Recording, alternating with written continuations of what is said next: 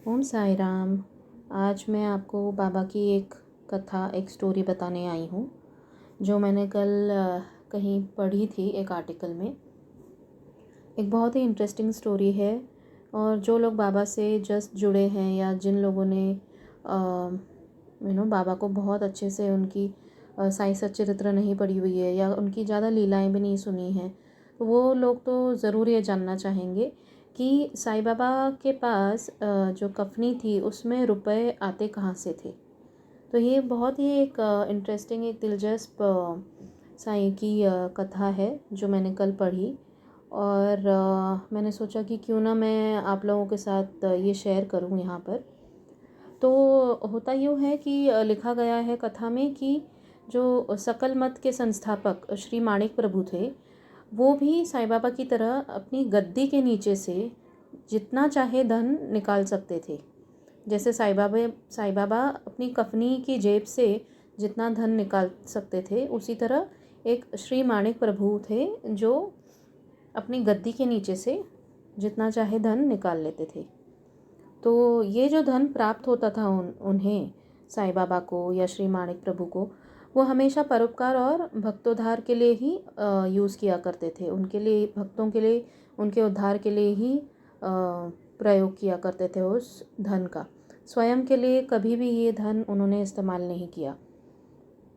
बाबा तो जैसे आप सब जानते हैं, भिक्षा जो मिलती थी, उनमें जो अन्न मिलता था उस पर ही उनका जीवन निर्वाह होता था। तो स्वयं के लिए उन्होंने कभी भी इस धन का इस्तेमाल नहीं किया। भक्तों से जो मांगी गई दक्षिणा भी होती थी, साईं बाबा अपने कफनी में ही डालते थे और वहीं से वो गुप्त हो जाती थी, ऐसा कहा जाता है। वो कहाँ जाती थी किसी को पता नहीं था, क्योंकि साईं बाबा की जो द्वारका माई थी उसमें कोई तिजोरी वगैरह तो नहीं थी। तो बाबा डालते थे वो अपनी कफनी की जेब में और वहीं से वो धन गुप्त हो जाता था। तो बाबा सिर्फ उन्हीं लोगों से दक्षिणा मांगते थे जिसकी तरफ श्री भगवान, जो दत्तात्रेय भगवान हैं, वो इशारा करते थे, उन्हीं से दक्षिणा मांगा करते थे।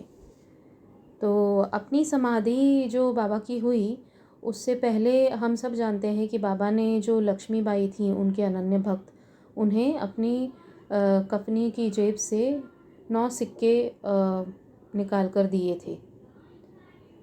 वो बाबा के जो सामान्य भक्त थे वो भी नहीं समझ पाते थे कि बाबा की जेब, जो कफनी की जेब थी, वहाँ से धन मतलब आता कहाँ से था और वहीं पे गुप्त कैसे हो जाता था।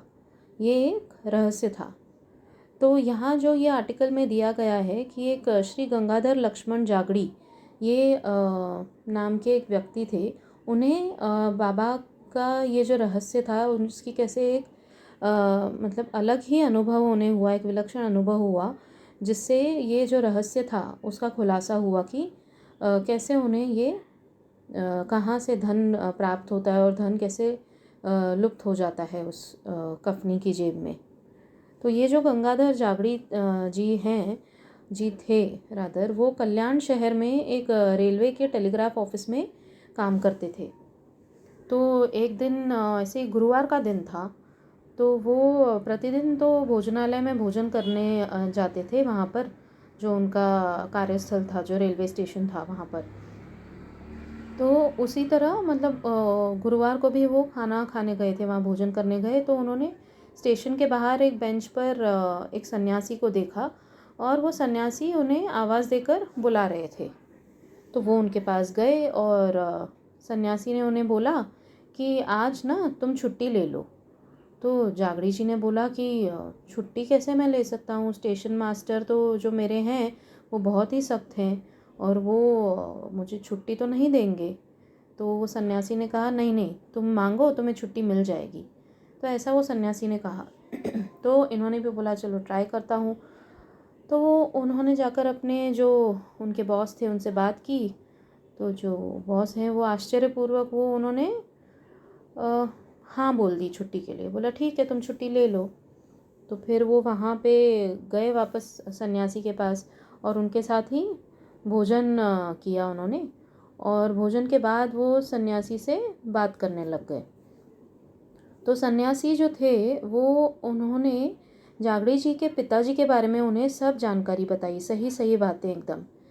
और हुआ क्या था कि जागड़ी जी के जो पिताजी थे वो शिरडी में बापू साहेब बूटी जो हैं उनके यहाँ पे, बापू साहेब बूटी के यहाँ पे वो काम करते थे। तो बाबा की समाधि लेने तक शिरडी में उन्होंने बहुत सेवा की थी और फिर उसके बाद समाधि के बाद शिरडी से मुंबई के बाइकला में वो रहने आ गए थे। तो ये सब सुनकर तो बहुत मतलब हैरान रह गए थे कि ये सन्यासी को इतनी सारी बातें कैसे पता है मेरे पिताजी के बारे में। तो फिर वो फिर सुनने लग गए उनकी और भी बातें, सही सही एकदम उन्होंने बताया सब। फिर इसके बाद वे सन्यासी अपने बारे में बताने लग गए। वो बोले कि वो सन्यासी जो थे वो माहुरगढ़ के दत्तात्रेय भगवान की सेवा करने वाले सन्यासी थे। तो दत्तात्रेय भगवान की सेवा करते थे वो जो सन्यासी थे। वे महाराष्ट्र के विभिन्न दत्तात्रेय भगवान जो हैं उनके जो जागृत स्थान हैं वहाँ पर उनके दर्शन करने मुंबई आए थे और अब वो मुंबई से बद्रीनाथ जा रहे थे। तो थोड़ी देर बाद वे सन्यासी जागड़ी जी से हरिद्वार का टिकट मांगने लग गए, क्योंकि उन दिनों बद्रीनाथ जाने के लिए पहले हरिद्वार जाना पड़ता था और फिर वहाँ से शायद चेंज करके बद्रीनाथ मतलब जो भी ट्रांसपोर्ट का सिस्टम होगा फिर बद्रीनाथ जाया करते थे। तो जागड़ी जी ने सन्यासी से टिकट के पैसे मांगे। तो सन्यासी जी ने उनको अपनी खाली झोली दिखाई पहले और बोला कि ये झोली तो खाली है लेकिन तुम पैसे निकाल लो इसमें से। तो सन्यासी जी की झोली में उन्होंने, जो पूरी तरह खाली थी, गंगाधर जागड़ी ने हाथ डाला और पूरी तरह वो झोली भर गई सिक्कों से। और वो उन्होंने बोला कि सारे पैसे रख लो। फिर क्या हुआ कि वो जो जागड़ी जी थे वो तो बहुत हैरान हो गए कि ये पैसे इतने सारे कहाँ से आ गए इनके पास। तो फिर भी वो तो कह रहे थे कि सारे पैसे रख लीजिए। तो इन्होंने बोला कि नहीं, मुझे 36 रुपये ही चाहिए जो आवश्यक हैं टिकट के लिए। मुंबई से हरिद्वार का टिकट 35 रुपये और 12 आने का है, तो मैं उतना ही लूँगा। तो उन्होंने टिकट खरीद कर बाकी के जो बचे हुए 4 आने थे वो सन्यासी की झोली में डाले और जैसे ही उन्होंने झोली में डाले वो सिक्के गायब हो गए। तो वो जागड़ी जी तो मतलब पूछने लग गए सन्यासी जी से कि इसका ये चमत्कार का रहस्य क्या है, आप प्लीज़ मुझे बताएंगे। तो सन्यासी जी हंसने लग गए और कहने लग गए कि मेरी बैंक माहूर, गाणगापुर और शिरडी जैसे भगवान दत्तात्रेय के स्थानों में है। सारे रुपए वहीं से आते हैं और वापस वहीं चले जाते हैं। तो इसके बाद जो सन्यासी थे गंगाधर जागड़ी जी को साईं बाबा का एक फ़ोटो देते हैं और कहते हैं कि आप ना साईं बाबा भगवान दत्तात्रेय के अवतार हैं। आप हमेशा शिरडी जाया कीजिए और आपको कभी भी किसी भी चीज़ की कमी नहीं पड़ेगी फिर, क्योंकि साईं बाबा का आशीर्वाद आप पर रहेगा। तो गंगाधर जागड़ी जी जो थे एक्चुअली उनके जो पत्नी थी उनका निधन हो चुका था और उनकी एक छोटी सी बेटी थी। तो माँ तो नहीं थी उनकी, वो बेटी की, तो इसलिए उनको ना बहुत दिक्कत आती कि बच्ची का भी पालन पोषण करना है और काम भी करना है साथ साथ, और कोई भी रिश्तेदार उनका साथ नहीं दे रहा था। तो ये सब बातें सन्यासी जी को ऑलरेडी पता थी और उन्होंने उनको बताई भी कि ऐसा ही है ना। तो वो तो बहुत ही मतलब आश्चर्य में थे कि इनको ये सब कैसे पता है। और फिर सन्यासी जी जो थे उन्होंने आगे बोला कि अगले 1 साल में ना तुम्हारा दोबारा विवाह होगा और उसके बाद तुम शिरडी जाना और सब ठीक हो जाएगा। तो यह उनका एक आशीर्वाद ही था।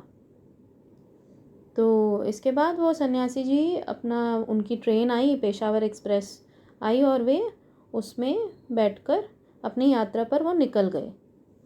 तो ये कथा में फिर आगे लिखा गया है कि जो भगवान दत्तात्रेय हैं, दत्त गुरु जिनको बोला जाता है महाराष्ट्र में, जो बाबा की जो आरती होती है उसमें भी आरती में बोला जाता है श्री गुरुदेव दत्त। तो ये वो भगवान दत्तात्रेय मतलब दत्त गुरु जो हैं, उनको जो भी धन अर्पित होता है ना भगवान को, तो वो भगवान की संपत्ति हो जाती है।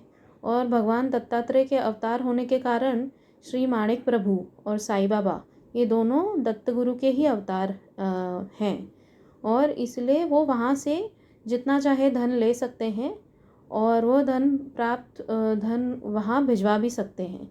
तो मतलब यही है कि जो भी धन मिलता है भगवान साईं बाबा को या श्री माणिक प्रभु जी, जिनका स्टार्टिंग में ये स्टोरी में उल्लेख है, तो दोनों ही दत्त गुरु के अवतार हैं। तो जो भी उन्हें दक्षिणा मिलती थी तो वो एक तरह से भगवान के चरणों में अर्पित होती थी, तो वो धन लुप्त हो जाता था क्योंकि वो भगवान का था, और वहाँ से उतना वो धन ले भी सकते थे ताकि वो भक्तों का उद्धार कर सकें। तो इसी तरह जो जागड़ी जी थे वो समझ गए कि इसलिए सन्यासी ने बैंक शब्द का प्रयोग किया था, और ताकि वो आसानी से ये बात समझ जाएं, इसीलिए वो सन्यासी जी ने ऐसे कहा था। ऐसा इस कथा में लिखा गया है। तो होता ये है कि भक्तजन जो होते हैं भगवान को जो भी धन जो भी देते हैं दान पेटी में, और उसी धन को साईं बाबा अपनी कफनी से निकाल सकते थे। तो भक्तों को ऋण मुक्त करने के लिए बाबा द्वारा ली गई दक्षिणा भी बाबा की कफनी में गुप्त होकर इन्हीं दत्तगुरु भगवान जो हैं के स्थान पर चली जाती थी। इसीलिए बाबा की द्वारकामाई में कभी कोई तिजोरी नहीं हुई। तो ये कथा थी जो मुझे बहुत ही इंटरेस्टिंग लगी, बहुत ही दिलचस्प बाबा की ये कथा, बाबा की लीला कही जाए, क्योंकि वो सन्यासी मेरे हिसाब से और कोई नहीं पर साईं बाबा ही थे जो उन्हें आशीर्वाद देने आए थे और उन्हें एक तरह से गाइडेंस देने आए थे कि तुम शिरडी जाया करो और तुम्हें वहाँ जाके तुम्हारा उद्धार होगा। और इसी तरह एक और स्टोरी जो मुझे पता है, जो मैंने सुनी है, मेरे हस्बैंड ने मुझे बताई थी, ये श्री माणिक प्रभु जी जो हैं जो थे वो भी दत्तगुरु के अवतार हैं। जो भगवान दत्तात्रेय बोलते हैं हम, वो दत्तगुरु कहलाए जाते हैं। उनके एक और अवतार थे श्री माणिक प्रभु। इनका कार्यस्थल जैसे बाबा का कार्यस्थल शिरडी है, शिरडी था, तो इनका कार्यस्थल था कर्नाटक। ये कर्नाटक के गांव में है, गांव में मतलब उनका स्थान था। अभी वो मानिक नगर के नाम से कर्नाटक में जाना जाता है वो स्थान उनका, जहाँ पे उनका बहुत बड़ा मतलब मंदिर वगैरह है। और उनके ही मानिक प्रभु के भाई भी थे, ऐसा बोला जाता है, जिनकी मतलब वो जनरेशन्स आगे जो बढ़ी हैं। अभी कर्नाटक में जो वो मानिक नगर है वहाँ पे बहुत सारे जो उनके मतलब उनकी खुद की तो शादी नहीं हुई, लेकिन वो जो उनके भाई थे मानिक प्रभु के, तो वो जो जनरेशन्स आगे बढ़ी हैं उन्होंने बहुत सारा मतलब लोगों के उद्धार के लिए अभी भी वो कर रहे हैं, because they belong to Manik प्रभुज फैमिली। और एक कथा ये है जो मैं बताना चाह रही थी कि एक बार साईं बाबा जैसे हमें स्टोरी पता है कि साईं बाबा जब 16 वर्ष के थे तब शिरडी में आए थे, और फिर वापस से 3-4 वर्षों के लिए शिरडी से चले गए थे। तो उस टाइम पे ऐसा एक कथा है कि वो जब घूम रहे थे पूरे भारत में, और तो ये जो श्री माणिक प्रभु हैं उनके यहाँ पर भी गए थे और भिक्षा मांगने गए थे। तो माणिक प्रभु स्वयं तो बाहर नहीं आए थे, लेकिन उनके यहाँ जो दूसरे उनके भक्त थे या जो उनके साथ रहते थे वो इन्हें साईं बाबा को भिक्षा देने आए थे बाहर। लेकिन बाबा की झोली जो थी, उनका जो झोला था भिक्षा का, वो भर ही नहीं रहा था पात्र। वो चाहे जितना भी डालें वो पात्र खाली रहता था या भरता नहीं था। तो वो जो दूसरे जो दे रहे थे उनको भिक्षा, वो समझ गए कि ये कोई सामान्य संत नहीं है। तो उन्होंने इसलिए श्री माणिक प्रभु को बाहर बुलाया कि बाहर जो भिक्षा के लिए आए हैं उनका भिक्षा पात्र तो भर ही नहीं रहा है और वो बोल रहे हैं कि मैं आपको बुलाऊं। तो वो श्री माणिक प्रभु फिर बाहर आए और उन्होंने जो भिक्षा पात्र में जब भिक्षा दी तो उनका भिक्षा पात्र बाबा का भर गया।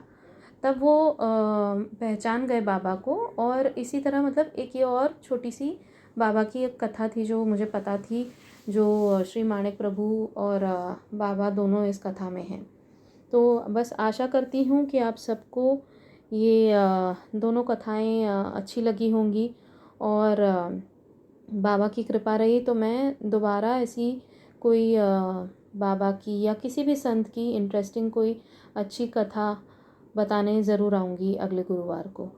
Thank you so much. Om Sai Ram.